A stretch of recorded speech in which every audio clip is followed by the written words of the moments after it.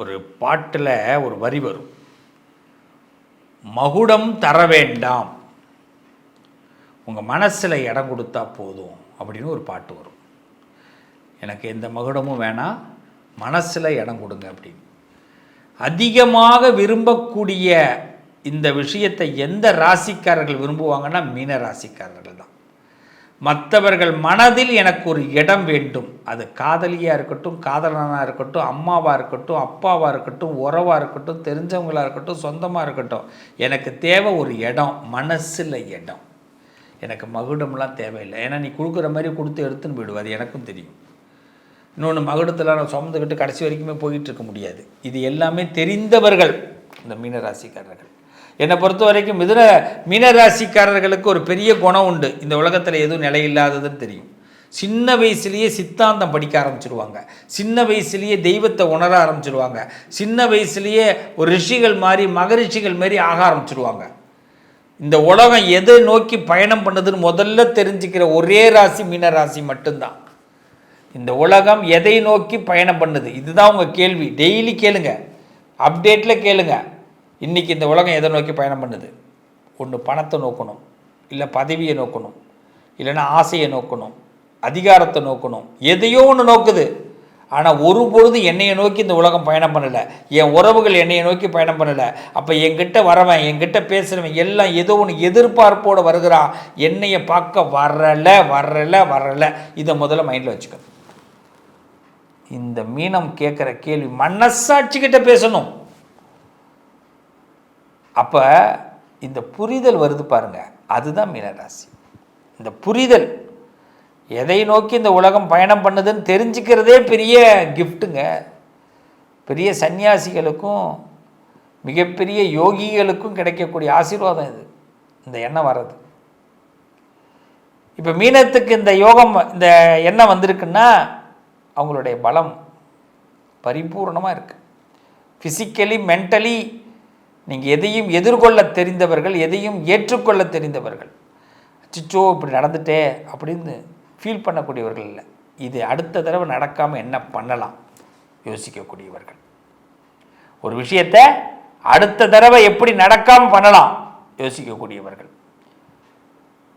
பல முனைகளில் பல போராட்டங்கள், பல கத்திகள் உங்கள் மேலே தொங்குனாலும், தூக்கி எறிந்தாலும் அது எல்லாத்தையும் அசால்ட்டாக அப்படி எடுத்து போடக்கூடியவர்கள். ஒரு கத்தி கூட உங்கள் மேலே படாமல் பார்த்துப்பீங்க. கர்ணன் தான் கவச குண்டலத்தோடு பிறந்தான்னு நினைக்காதீங்க. மீனராசிக்காரர்களை எதையும் ஏற்றுக்கிறதுக்கான கவச குண்டலத்தோடு பிறந்திருக்கீங்க. அதனால தான் சொல்லுவாங்க, மீனராசிக்காரர்களுக்கு ஆண்டவன் எல்லாம் கொடுக்குற மாதிரியே கொடுப்பான், டக்குன்னு ஹோல்டு பண்ணிட்டு போயிடுவான், எங்கே போனான்னு தெரியாது. நம்ம சில பஸ்ஸுலலாம் ஏறுவோம், பஸ்ஸில் போனால் வேறு பயணங்கள் பண்ணலை, பஸ்ஸில் போவோம்ல. அப்போ என்ன ஆகும், இந்த பஸ்ஸில் போகும்போது டிரைவர் கொஞ்சம் தூரம் போயிட்டு ஒரு இடத்துல நிப்பாட்டி போட்டு போயிடுவார் டிஃபன் சாப்பிட. நம்ம சாப்பிட்டு ஏறியிருப்போம், அந்த பஸ் ஆனால் ரொம்ப தூரத்துலேருந்து வந்திருக்கலாம். நம்ம ஏறின நேரம் நம்ம மீனராசி அப்படி இருக்கும். அப்போ என்ன ஆகும், இறங்கி போயிடுவார், நம்ம உட்காந்துருப்போம் விதியத்து போய். அதுதான் நம்மளுடைய டைமிங். இப்படி தான் நமக்கு நடக்கும். அடிக்கடி ஆண்டவன் நம்மளை ஹோல்டு போட்டுருவார். நல்லா கொடுக்குற மாதிரி கொடுப்பார், திடீர்னு ஹோல்டில் போட்டு போயிடுவார். ஆனால் திருப்பி ஹோல்டை எடுத்து விட்டுருவார். ஆனால் அதுக்குள்ளே நமக்கு பொறுமை பத்தாது. அதுக்கு தான் அனுபவம்னு பேர். அதுக்குள்ளே நம்ம ஆளை மாற்றிடுவோம், இடத்த மாற்றிடுவோம், பஸ்ஸை ஏறி மாறி போயிடுவோம். இதெல்லாம் நம்ம தப்பு பண்ணுவோம். எல்லா தப்பையும் செஞ்சால் தானேங்க மனுஷன் முழுமையாக முடியும். நான் சொன்ன ஞானியாக வருவாங்கன்னு சொல்கிறேன், யோகியாக வருவீங்கன்றேன்.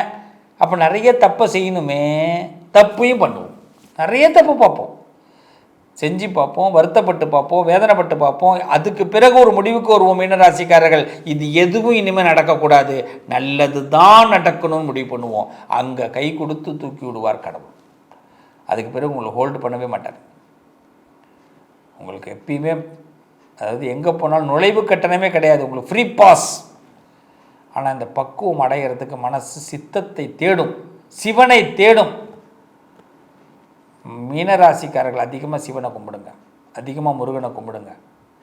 ரொம்ப சிம்பிள். இந்த உலகத்தில் ஒரே ஒரு பதிலை நீங்கள் ஞாபகத்தில் வச்சுக்கிங்க, யாருக்கும் எதுவும் நிரந்தரம் இல்லை, எதுவும் எப்பவும் மாறும், எதுவும் எப்போ வேணாலும் நடக்கும். 10 லட்ச ரூபா ஆண்டவன் பணம் கொடுப்பான், வீட்டுக்கு எடுத்துகிட்டு போய் உட்கார வைப்பீங்க. திடீர்னு ஒரு ஃபோன் வரும், உங்கள் அம்மாவுக்கு உடம்பு சரியில்லை வாப்பா அப்படின்னு, இல்லை உங்கள் அப்பாவுக்கு உடம்பு சரியில்லைன்னு வரும், இல்லை உங்கள் பொண்டாட்டிக்கு உடம்பு சரியில்லை, புருஷனுக்கு உடம்பு சரியில்லை, யாருக்கும் உடம்பு சரியில்லைன்னு ஆஸ்பத்திரியில் கொடுக்குற மாதிரி இருக்கும். அட படுபாவி, 10 லட்சத்தை ஆஸ்பத்திரியில் கொடுக்கறதுக்காக எனக்கு கொடுத்து வச்ச சை. அங்கே உணர தோணும், இதுதான்டா கடவுள். ஆஸ்பத்திரியில் கேட்குறதுக்கு இல்லைன்னு சொல்லாமல் கொடுத்து வச்சானே, அப்போ கடவுளுக்கு நம்ம தேங்க்ஸ் சொல்லணும்னு தோணும். இந்த உணர்வு இதான் மீனம். இந்த உணர்வே இல்லாமல் விரக்தியில் பேசுகிறவங்க எத்தனை பேர் இருக்காங்க? தனக்கிட்ட வந்த பொருளை கொடுக்க மனசு இல்லாதவங்க எத்தனை பேர் இருக்காங்க? ஆனால் மீனராசிக்காரங்க ஒன்று சொல்கிறேன், அடிக்கடி பழக்க வழக்கங்களை மாற்றிக்கிட்டே இருக்காதீங்க, உங்களுக்கு பிரச்சனை ஏற்படும். நல்ல பழக்க வழக்கங்களை தொடருங்க, கெட்ட பழக்க வழக்கங்களை அப்பப்போ வெட்டி விட்டுருங்க. ஆனால் மீனராசிக்காரங்கள்ட்ட இருக்கிற ஒரு மைனஸு, அடிக்கடி பழக்க வழக்கங்களை மாற்றும் போது அதில் பிரச்சனையும் இருக்கும். சில பழக்க வழக்கங்களால் நமக்கு பிரச்சனை ஏற்படும், சிரமம் ஏற்படும், டென்ஷன் ஏற்படும், வருத்தம் ஏற்படும். ஒரு சில பழக்க வழக்கங்களால் உயர்வு ஏற்படும். நிறைய ரிலேஷன்ஷிப் தான் கிடைக்கும், அதுக்கு உறவுக்கு பேர் இருக்காத ரிலேஷன்ஷிப்பாக இருக்கும். ஃப்ரெண்டுன்னு சொல்லுவான், ஃப்ரெண்டாக இருக்க மாட்டான். அண்ணன்னு சொல்லுவான், அண்ணனாக இருக்க மாட்டான். தம்பின்னு சொல்லுவான், தம்பியாக இருக்க மாட்டான். இப்படி தான் மீனராசிக்கு நிறைய ரிலேஷன்ஷிப் கிடைக்கும். ஆனால் எந்த ரிலேஷன்ஷிப்பும் நீடிக்காது, எல்லாம் கடந்து போய்கிட்டே இருக்கும். எந்த உறவோடு நான் கடைசி வரைக்கும் பயணம் பண்ணப்பான்னு மீனராசியால் சொல்லவே முடியாது.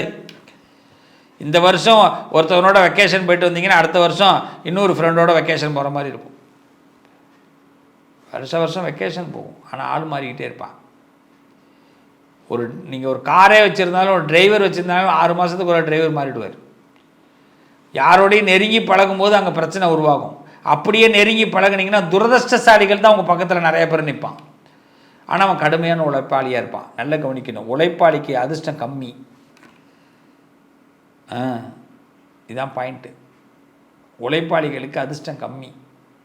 அதனால தான் நான் என்றைக்குமே சொல்லுவேன், உழைப்பாளிகள் அப்போ எப்போ அதிர்ஷ்டமாக இருக்கலாம், கொஞ்சோண்டு யோசித்து உழைக்க ஆரம்பித்தோம்னா அதிர்ஷ்டம் வந்துடும். என்னங்க எனக்கு புரியலையே இந்த பாயிண்ட்டுன்னு கேட்பாங்க. உழைப்பாளிகளுக்கு அதிர்ஷ்டம் கம்மி.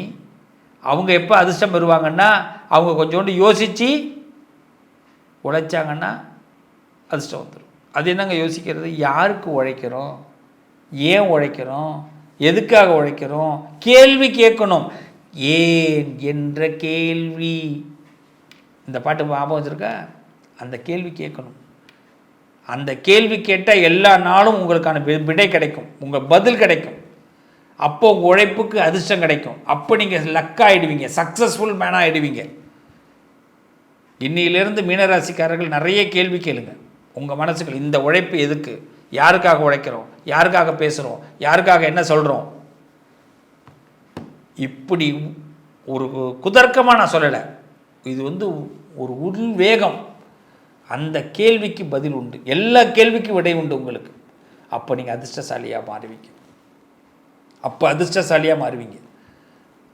உங்களுக்கு எப்போல்லாம் மனசில் ஒரு ரொம்ப தோணுதுன்னா அன்னதானம் பண்ணுங்கள், ஜீவகாருண்ய விஷயங்களில் ஈடுபடுங்க.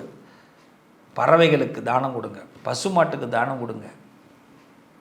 தானம்னா எழுதி கொடுத்துட்டு காசு கொடுத்துட்டு வராதிங்க. ஒரு கட்டு கீரையை கூட அது வாயில் உங்கள் கையால் கொடுங்க, உங்களுக்கு ஒரு ஆனந்தம் இருக்கும். வானரங்களுக்கு நிறைய செய்யுங்க மீனராசிக்காரங்க, ரொம்ப மனசு நிம்மதியாக இருக்கும். என்ன தெரியுமா தோணும், மீனராசி அடிக்கடி ஒன்று பேசிப்பீங்க, என்னென்னா இப்படி தானே மனம் ஒரு இடத்துல நிற்காமல் தாவிக்கிட்டே இருக்குல்ல அப்படின்னு ஒரு சின்ன விஷயத்தை பார்த்து அதுக்குள்ளே ஒரு கருத்து வச்சுப்பீங்க. நிறைய புரிதல் வரும். இதுதான் மீனராசி, நிறைய புரிதல் வரும். அதனால் இப்போ நல்ல நேரம், இந்த நல்ல நேரத்தை சரியாக பயன்படுத்துங்க மீனராசிக்காரர்கள்.